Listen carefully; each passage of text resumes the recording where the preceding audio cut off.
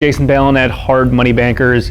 There's a very interesting topic that always comes up when Chris and I have a consulting client in our office and we do a workshop with them. And it has to do with underwriting borrowers and working on deals to determine the after repair value, the value of the property after the borrower fixes it and they either flip it or turn it into a rental. And the reason that this comes up is everyone's in the mindset of, well, let me just ask my realtor what the value is, or let me just order an appraisal to figure out what the value is. That's nonsense. You're putting up the money, or you're representing the private investors putting up the money.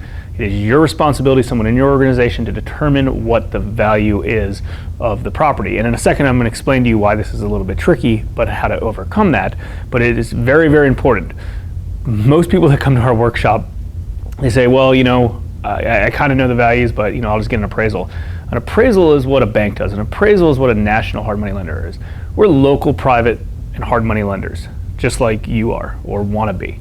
You need to make that decision. The collateral is the most important thing, and if you don't know what that property is worth, well, part of some of the trainings that we do and some of the stuff that you have to learn is how to determine those values. And if you're not 100% sure, lower your exposure, lower your LTV just to be safe.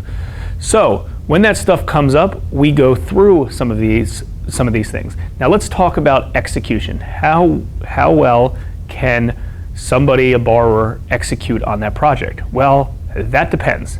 And when you value a property, for me, for instance, it may differ from you, it may differ from this person, it may differ from that person. Every single person that flips a house is going to sell it for a different value. You can't just say, oh, this is the value of a property. Okay, well, why is that the value of the property? How do you know what I'm going to do to improve it? Am I going to keep the property as is? Am I going to put a $50,000 reno into it, a $30,000 renovation budget, a $100,000 renovation budget? I'm going to rip out everything. All of that is very, very unknown. That's why you can't rely on somebody else. They don't know the whole story to do that. And to be honest with you, you can't rely on a real estate agent or an appraiser because they're not putting up the money. You have a responsibility. You have either your own money or someone else's money in this, so you need to make that decision yourself, and you're not 100% sure, then either pass on the deal or take a lower exposure. So here's a real life example that happens all the time that you got to follow along with, because this is one of the most important things about underwriting. So let's say there's a property that is worth $200,000, right? $200,000. Okay? Quote unquote, it's worth $200,000.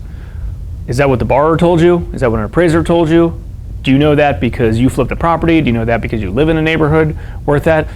Well, hypothetically, that could be worth $200,000, but that will depend on what's happening in the situation of this.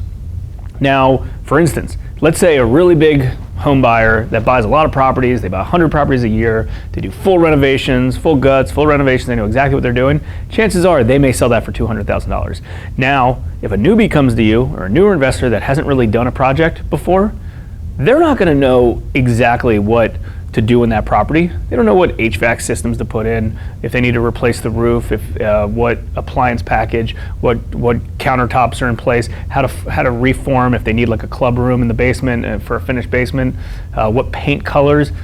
Again, all that stuff is super important. Now, obviously, in some areas, you can put lipstick on a pig, and the difference between doing a lipstick on a pig and a small renovation compared to a macked out renovation has a small differential. But that's not the case in all areas. You really need to know. Personally, when we renovate properties, we don't do a great job of them. We're good lenders, we're not great renovators. But it depends on the person, depends on the situation. That's why I said earlier, depending on who's the one, A, B, C, D, or E you're doing a loan for, will depend on what it sells for. So a few things. Now, chances are, if a value hypothetically is worth around 200 grand, borrowers typically get a little bit emotional because they think there's a huge profit margin in some of these things, and they'll probably say it's worth like 240, 210, 220, 230, 240. So as an underwriter, as a lender, you need to determine what you're comfortable lending on based on that piece of collateral and based on what you know from experience from that existing borrower or from that borrower that you're talking to. I did a previous video about the 4 C's. Go reference that video: collateral, character, capacity, and credit. But you need to determine. So we tell people we lend up to 65 LTV. We do lend up to 65 LTV, and I don't think you should lend $1 more than that or a percentage more than that, because you'll lose, I promise you. That 35% equity cushion is exactly what you need. But we lend up 65% based on what we believe is the exit strategy, what we believe is the after repair value, what we believe they're going to sell that property for, or it's worth when they refinance it to rent it out. And you got to do the same thing. So for instance, 65% LTV on 200 grand is $130,000 loan amount. That's assuming that it's 200,000, right? Now, for instance, let's say it's a new EB borrower. You're not 100% sure. You think it's a $40,000 or $50,000 renovation budget. And again, I'm okay if you order appraisals and realtor BPOs and all that other stuff. Get third-party inspections. You should do all that stuff. Get as much help as you can on these projects, but at the same time, you're making the decision. Do not go off of what's on there. You need to make the decision yourself. I can't relay that to you so much, as much as possible. Get as much help as you can to help you, but you need to make that ultimate decision by logging on MLS and understanding the comps and evaluating the property and the character of the client to determine what you want to lend off of. So let's say, a good borrower, it's worth 200. Let's say it's a newer borrower. You're just not 100% sure how they're going to execute. You think it needs 40 in work. They're saying it only needs 25. They don't have any past performance deals to go off of. Well, you know what? On this particular property, lower it to 180. Say the value is 180 and lend 65% of that, right? So then whatever that comes out to, 112, 115, there's nothing wrong with that.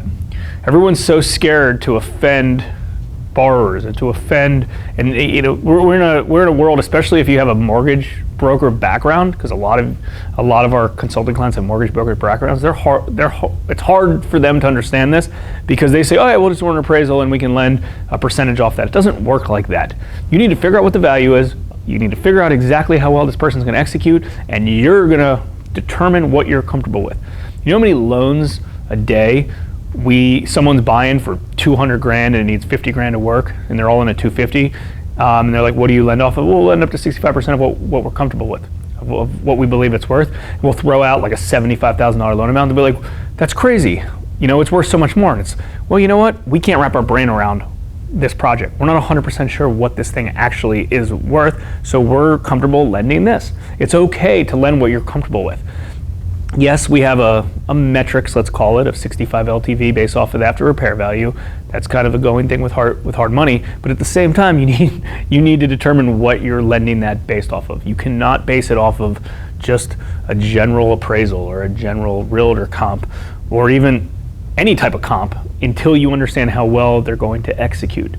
Good investors that know what they're doing will typically sell for top dollar. Investors that don't know what they're doing, chances are they're not going to sell for top dollar. And you know what? Maybe they get lucky, or maybe they do sell, and that's okay. But again, you got to figure out, you need to put your head on the pillow knowing that you wrote a good loan amount. There's nothing wrong with having lower exposure, lower loan amounts on these deals. You figure what you're comfortable with, and you do that. Obviously, if you're in a neighborhood that's like a bread and butter neighborhood, that's a very easy suburbia subdivision that has maybe 4 or 5 different styles of houses, those are easy. Maybe you're in a townhouse community. Some of those are easy, but if you're in the city, if you're in a rural area, think about this. Let me erase this real quick. This is an interesting thing right here that comes up pretty much in most cities around the country.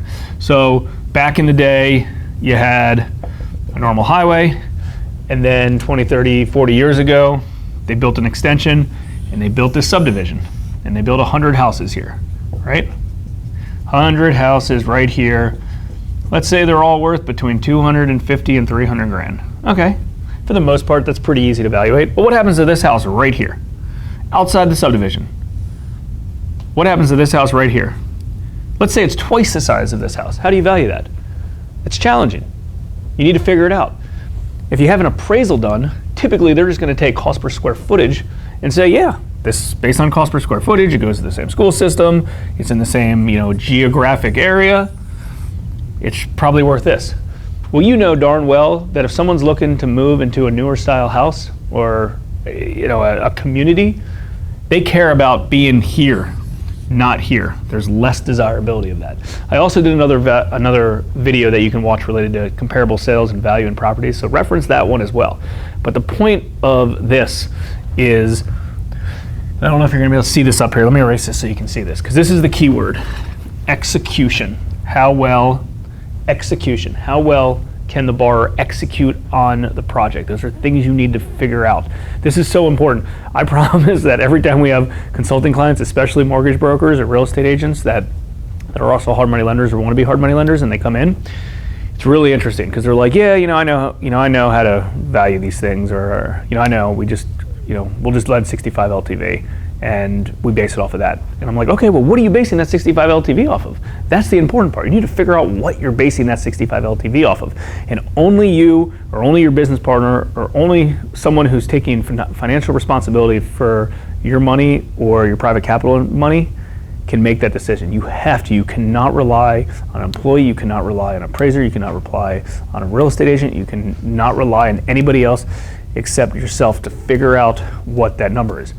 We'll help you, and train you and show you how we do it, because it clearly works for us. But I promise you that over 50% of the deals that we look at every day, probably even more than that, 80% of the loans we look at every day, our loan that we're quoting is significantly less than the borrower wants, because that's what we're comfortable with. I understand that it may be worth higher, but we can't wrap our brain around it, and if it doesn't work, it doesn't work. One bad deal in this business, it's not like it's Wells Fargo or Bank of America and you do a bad batch of deals that puts your company under. You don't want to do any bad deals. And if you miscalculate that collateral, again, that's the most important part. You need to make sure the collateral is good, and you need to wrap your brain around it. And that's also why we stick in the median housing price neighborhoods. Those work the most. We're outside the DC area. There's $2 million houses right across the street. They're there everywhere. I'm not saying we don't lend on those, but you got to be a lot more careful on those than the median housing price neighborhoods. Our average loan is $165,000, and there's a reason why. Our median housing price in the Baltimore market is about 200. Median housing price in the DC area is about 400. So that just ends up where it comes out to be. So think about that inside your business. If you have any questions related to this topic, please reach out to us. If you're looking to get into one of our next workshops, I'm not sure if there's any availability or not, but obviously you can apply and someone from our team will reach out to see if you're a good fit, and we're a good fit to work with each other. Hope you found this video helpful. This is really important though. Understanding collateral and making those decisions. You can't be a hard money lender without it.